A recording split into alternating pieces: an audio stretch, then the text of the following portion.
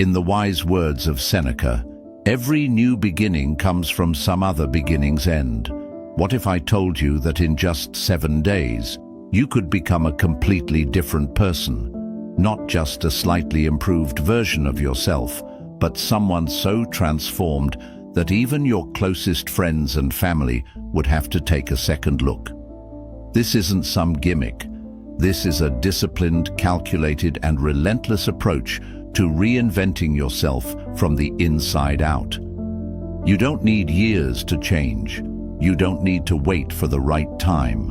All you need is 1 week, 7 days of absolute commitment to step into a new identity that commands respect, discipline, and purpose. It's about dismantling the patterns that have held you back and forging the habits that create the person you were always meant to be. It's about choosing your future instead of passively waiting for it to happen. Understand this.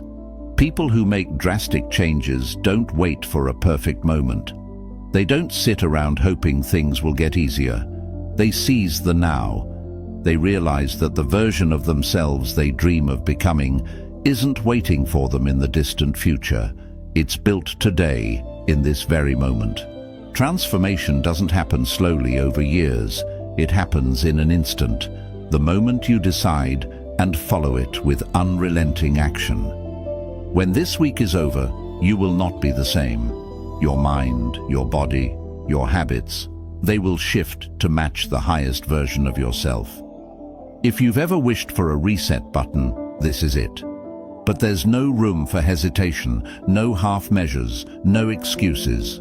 So if you're ready to stop playing small, to stop waiting for change, and to finally take full control of your future, listen closely. Your transformation begins now. Day 1. Confront your current self. It all starts with one decision: to stop lying to yourself, to stop pretending that everything is fine when deep down you know you've been playing small. The hardest thing to do isn't changing your life. It's admitting that you need to change, that the way you've been operating, the habits, the mindset, the distractions, isn't getting you anywhere. That's the real battle, and today you face it head-on. The Stoics had a practice of radical self-honesty. They believed that if you wanted to master life, you had to first master yourself. Seneca once wrote, "A consciousness of wrongdoing is the first step to salvation." Think about that. Most people never take that first step because it's uncomfortable. It's easier to blame the world, the economy, other people. But if you keep blaming everything outside of you, you stay powerless. The moment you take full responsibility, when you stop making excuses and start owning your actions, that's the moment your transformation truly begins. So today, you're going to do something that most people never do. You're going to take a brutally honest inventory of your life. And I mean brutal. No sugarcoating, no justifications. Grab a notebook, open your phone's notes app, whatever works, but write this down. What habits are holding you back? What patterns keep repeating in your life that you know are destructive? Where are you wasting time? What fears have kept you from taking action? What are you tolerating that you should have cut out a long time ago? If this exercise makes you uncomfortable, good. That means you're finally seeing the truth. And now here's the hardest part. You have to let go of the old you. The version of yourself that made excuses, the one that procrastinated, the one that allowed bad habits to take control. That version has to die today. Marcus Aurelius said, "It is not death that a man should fear, but he should fear never beginning to live." What he meant was that real death isn't the end of life. It's the refusal to truly live while you're here. And if you don't confront the parts of yourself that are keeping you stuck, you will stay exactly where you are, watching life pass you by. So how do you do this? You need a symbolic act, something to mark this as the official moment you left your old self behind. Take that list you wrote, the habits, the fears, the excuses, and destroy it. Burn it, rip it up, throw it away. Whatever it takes to physically commit to the change. The Stoics believed in the power of symbolic rituals to reinforce decisions. They knew that the mind needs proof, evidence that a change has begun. This act is your proof. And let me be clear, the old you will try to come back. In moments of doubt, when things get tough, your mind will try to pull you back into your comfort zone.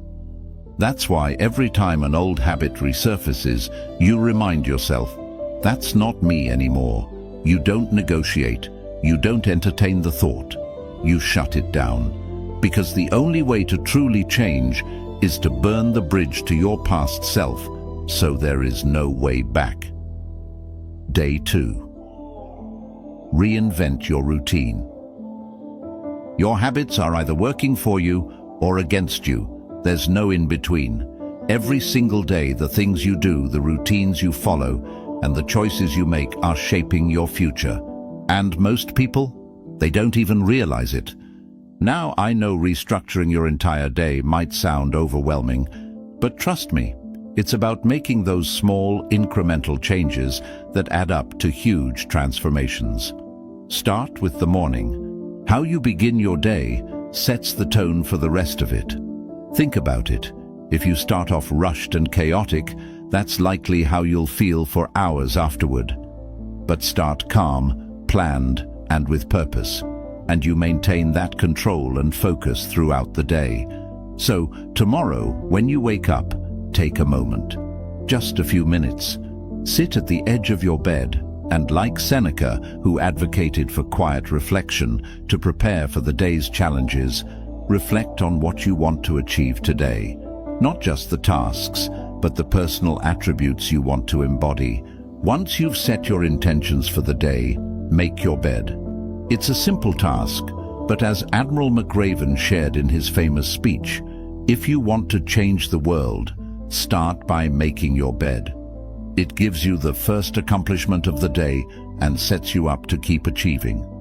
Then, give yourself some time for a bit of exercise. It doesn't have to be a full workout. Just something to get the blood flowing and wake your body up. The Stoics were big on the connection between a sound mind and a sound body. Epictetus used to say that it's essential to exercise not just our minds, but our bodies too, keeping both in good health. After you've got some movement in, make sure you're giving your body the right fuel. A healthy breakfast, something that makes you feel good, not something you'll regret an hour later. Remember, this is about setting up patterns that boost your energy and focus, not drain it. As you move through your day, stick to this new pattern. Instead of reaching for your phone to scroll through social media during breaks, maybe step outside, take a walk, or read a page or two of a good book. Seneca would often take these moments to write thoughts in his journal, reflecting on his behaviors and reactions to events, which is a practice that can help you stay aligned with your new goals. And as your day winds down, take some time to wind down with it. Maybe establish a new evening routine that involves less screen time and more time connecting with yourself or your loved ones. Before bed, reflect on your day just like Marcus Aurelius did. He would ask himself questions like, what evil have I cured today? Or what failing have I resisted? Use these questions to audit your day, not to judge yourself harshly, but to observe and plan how you can be even better tomorrow.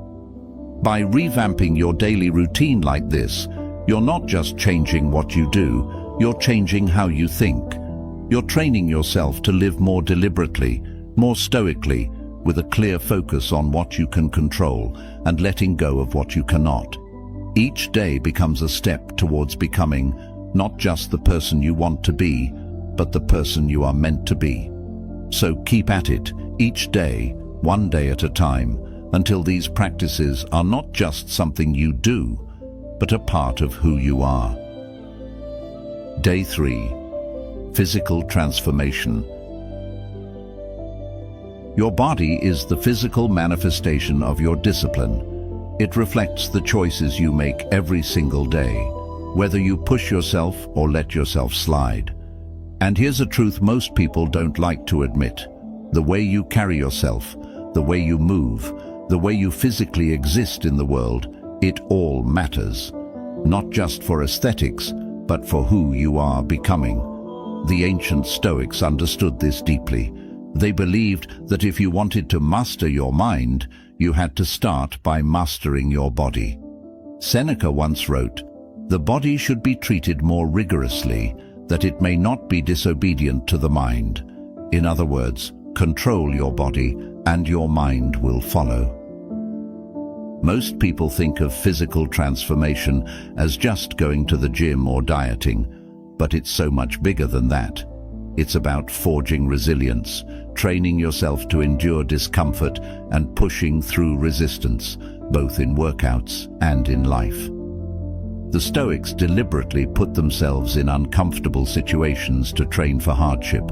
They practiced voluntary discomfort, things like fasting, walking barefoot, or sleeping on the floor, not to suffer, but to prove to themselves that they could. Because once you understand that you can handle discomfort, you stop fearing it. And when you stop fearing discomfort, you become unstoppable. So today, you move, not just for the sake of looking better, but to become better. If you're not someone who exercises regularly, that changes now. And no, you don't need a gym membership or expensive equipment. You just need to start. Go for a run, do body weight exercises, lift something heavy, get your heart rate up, break a sweat, feel your body come alive. This isn't about punishment, it's about awakening something in you that's been dormant for too long. The feeling of effort, of pushing past your limits. That's where confidence is built. That's where you begin to reshape your identity. And let's be clear, this isn't about chasing perfection, it's about consistency. You don't need to train like a professional athlete, but you do need to train like someone who respects themselves. Someone who understands that discipline in the body creates discipline in the mind. That's why Marcus Aurelius wrote, "You must build up your life action by action, and be content if each one achieves its goal as far as possible." One workout won't change your life, but the habit of showing up every day will. Now let's talk about fuel. What you put into your body dictates your energy, your mood, your focus. The Stoics believed in moderation, in avoiding excess and indulgence that weakens the will. Epictetus warned against being ruled by cravings, saying, "No man is free who is not master of himself." So today, you eat with intention. No more mindless snacking, no more foods that leave you sluggish and foggy. You don't have to be extreme, just make better choices. More whole foods, more water, less of the junk that keeps you stuck. Every time you eat, ask yourself, is this helping me become stronger, sharper, more disciplined? If the answer is no, you already know what to do. Posture, movement, presence, it all shifts when you start treating your body like a tool instead of an afterthought.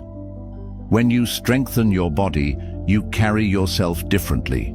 You stand taller, you move with purpose. And trust me, people notice. More importantly, you notice.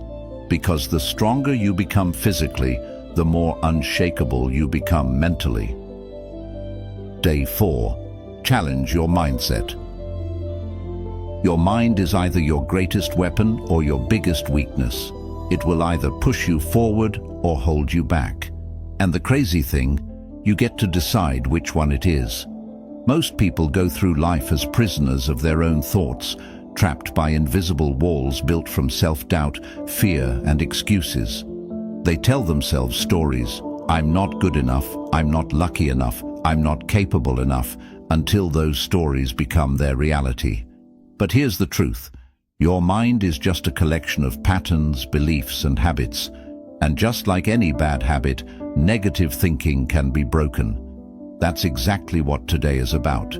Rewiring your mindset, tearing down every limiting belief and replacing it with something stronger. The Stoics were relentless when it came to controlling their thoughts. Marcus Aurelius wrote, "You have power over your mind, not outside events. Realize this, and you will find strength." In other words, what happens to you doesn't matter nearly as much as what happens inside you. The real battle isn't out there in the world, it's in your head. So today, you stop reacting like a puppet controlled by circumstances, and you start thinking like a warrior who owns every situation. The first step? Awareness. Pay attention to your thoughts today. Notice how often doubt creeps in, how quickly you make excuses, how easily you let negativity take over. Every time you hear that little voice saying, "I can't," stop it in its tracks. Question it, challenge it. Ask yourself, who told me that? Where did that belief come from? Is it even true? Because most of the time it's not. It's just an old script you've been running on autopilot, a story you picked up from someone else, a fear disguised as logic. The Stoics called this examining impressions, testing your thoughts instead of blindly believing them. Now, let's get practical. Every time a limiting belief pops into your head today, replace it with its opposite. Instead of, "I don't know how to do this," say, "I'll figure it out." Instead of, "I'm not strong enough," say, "I'm becoming stronger every day." This isn't about fake positivity, it's about shifting your focus. The Stoics didn't sit around hoping for good outcomes. They trained their minds to be resilient no matter what happened. Seneca wrote, "A man is as miserable as he thinks he is." If your thoughts create your experience, why not start thinking like someone who is unstoppable? And let's talk about fear. Fear is the single greatest killer of potential. It stops people from taking risks, from speaking up, from chasing the life they actually want. But here's the thing, fear is always worse in your mind than in reality. The Stoics had a practice called premeditatio malorum, or the premeditation of evils. They would visualize the worst-case scenario before it happened, preparing themselves mentally so that when challenges arose, they were ready. They didn't avoid fear, they stared it down and took its power away. So today, think about the things you've been avoiding because of fear. Maybe it's starting that project, having that difficult conversation, stepping out of your comfort zone.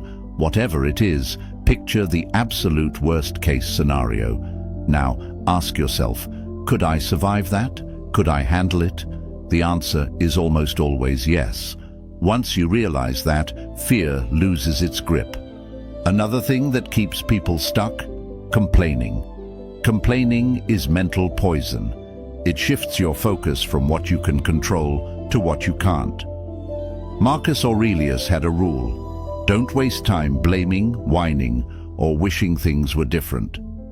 Instead, focus all your energy on what you can do.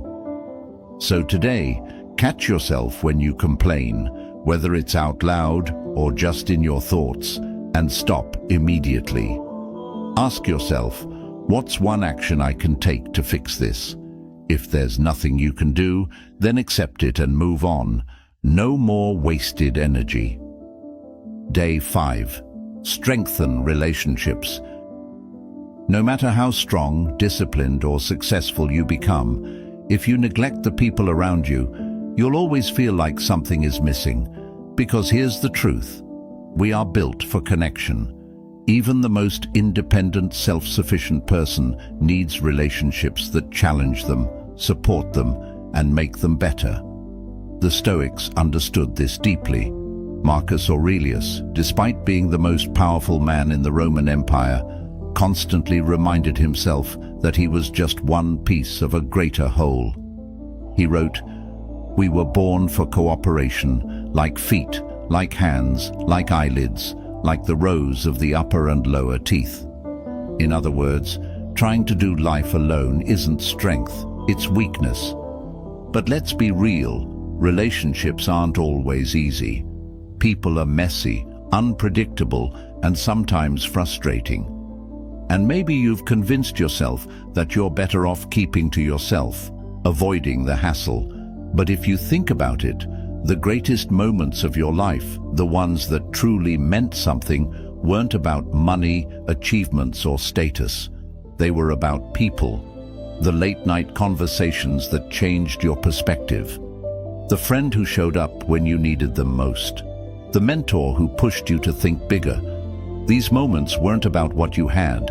They were about who you had. So today it's time to strengthen your relationships. Not just the ones that are easy, but the ones that truly matter. And that starts with a simple but often overlooked habit: being present. In our world of distractions, where most people can't get through a conversation without checking their phone, the ability to give someone your full attention is rare, but it's powerful. Seneca wrote, "Wherever there is a human being, there is an opportunity for kindness."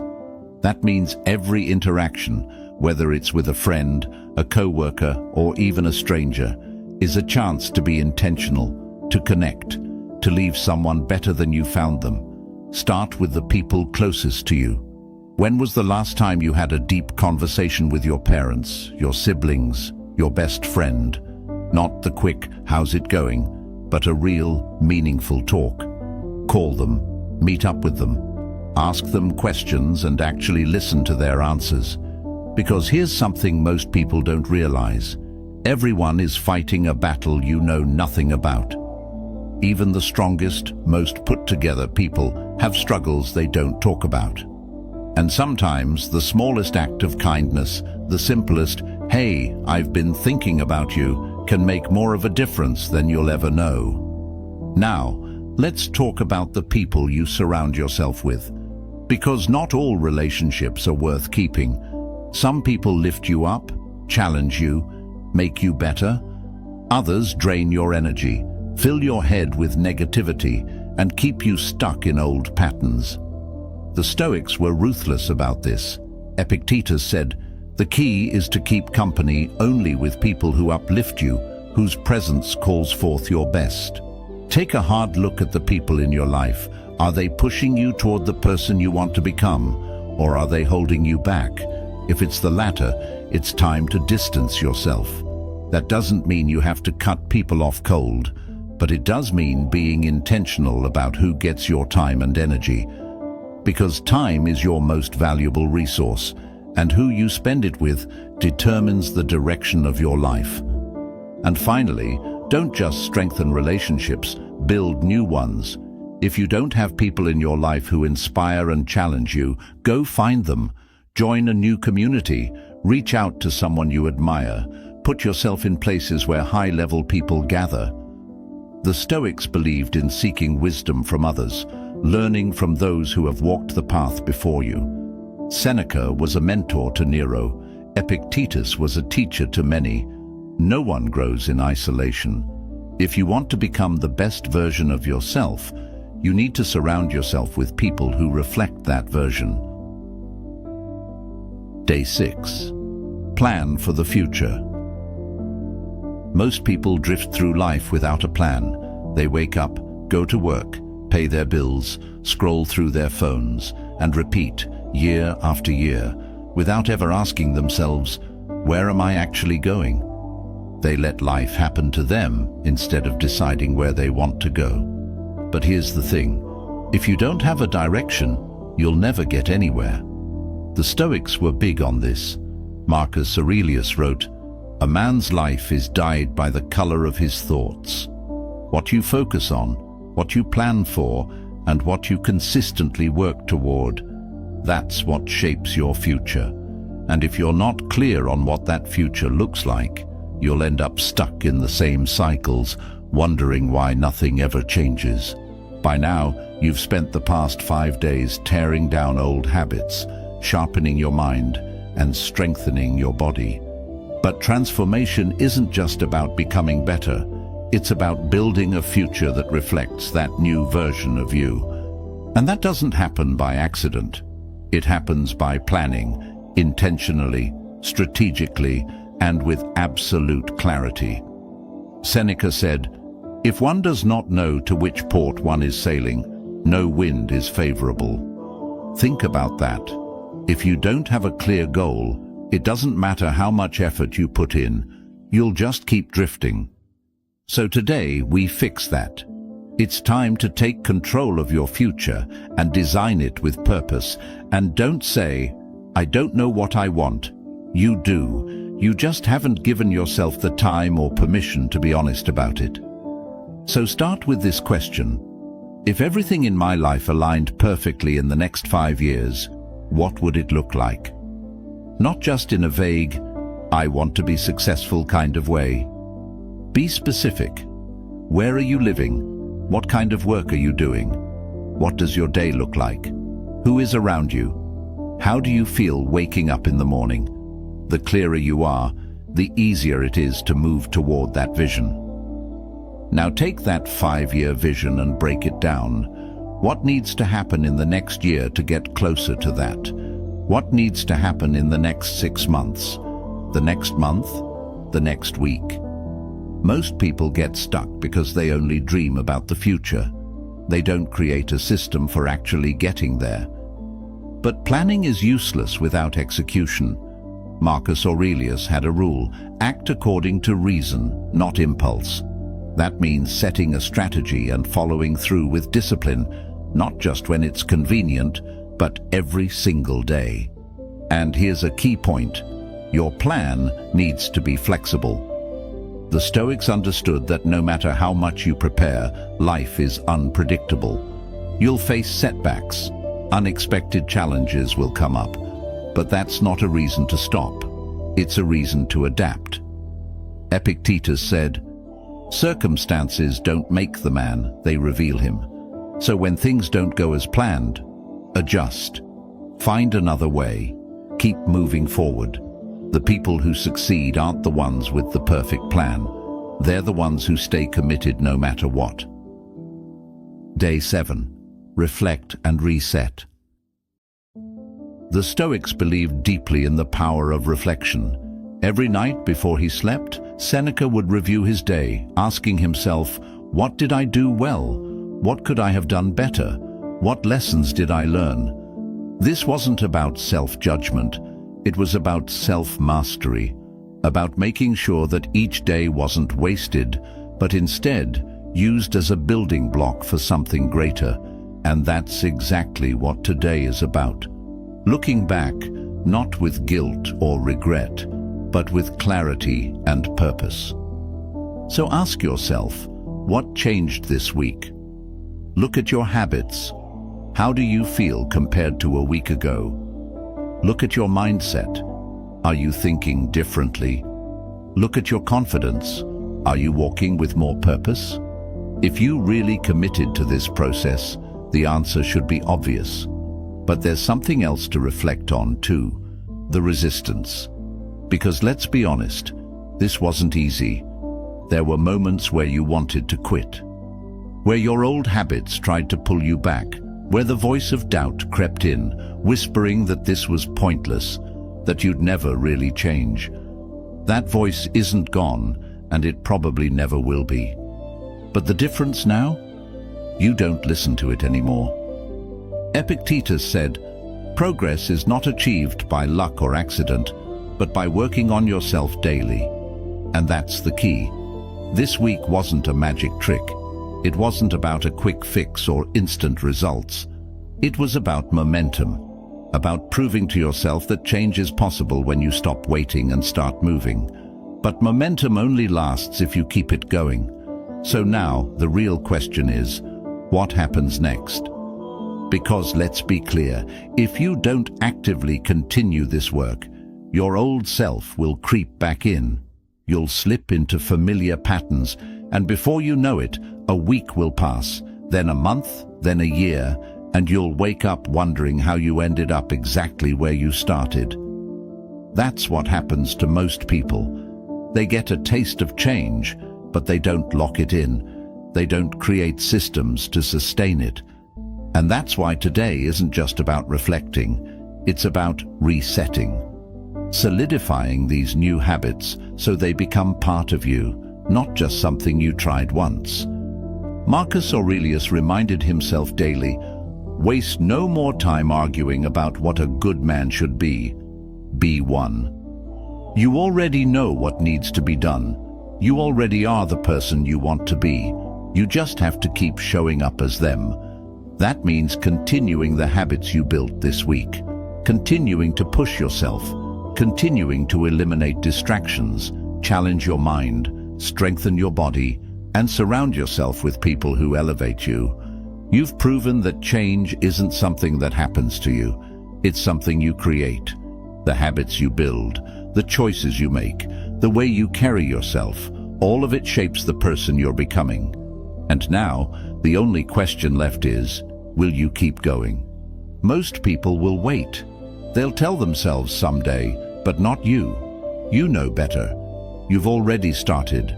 So don't stop now. Keep pushing, keep refining, keep evolving, because the greatest version of you isn't ahead in the distant future.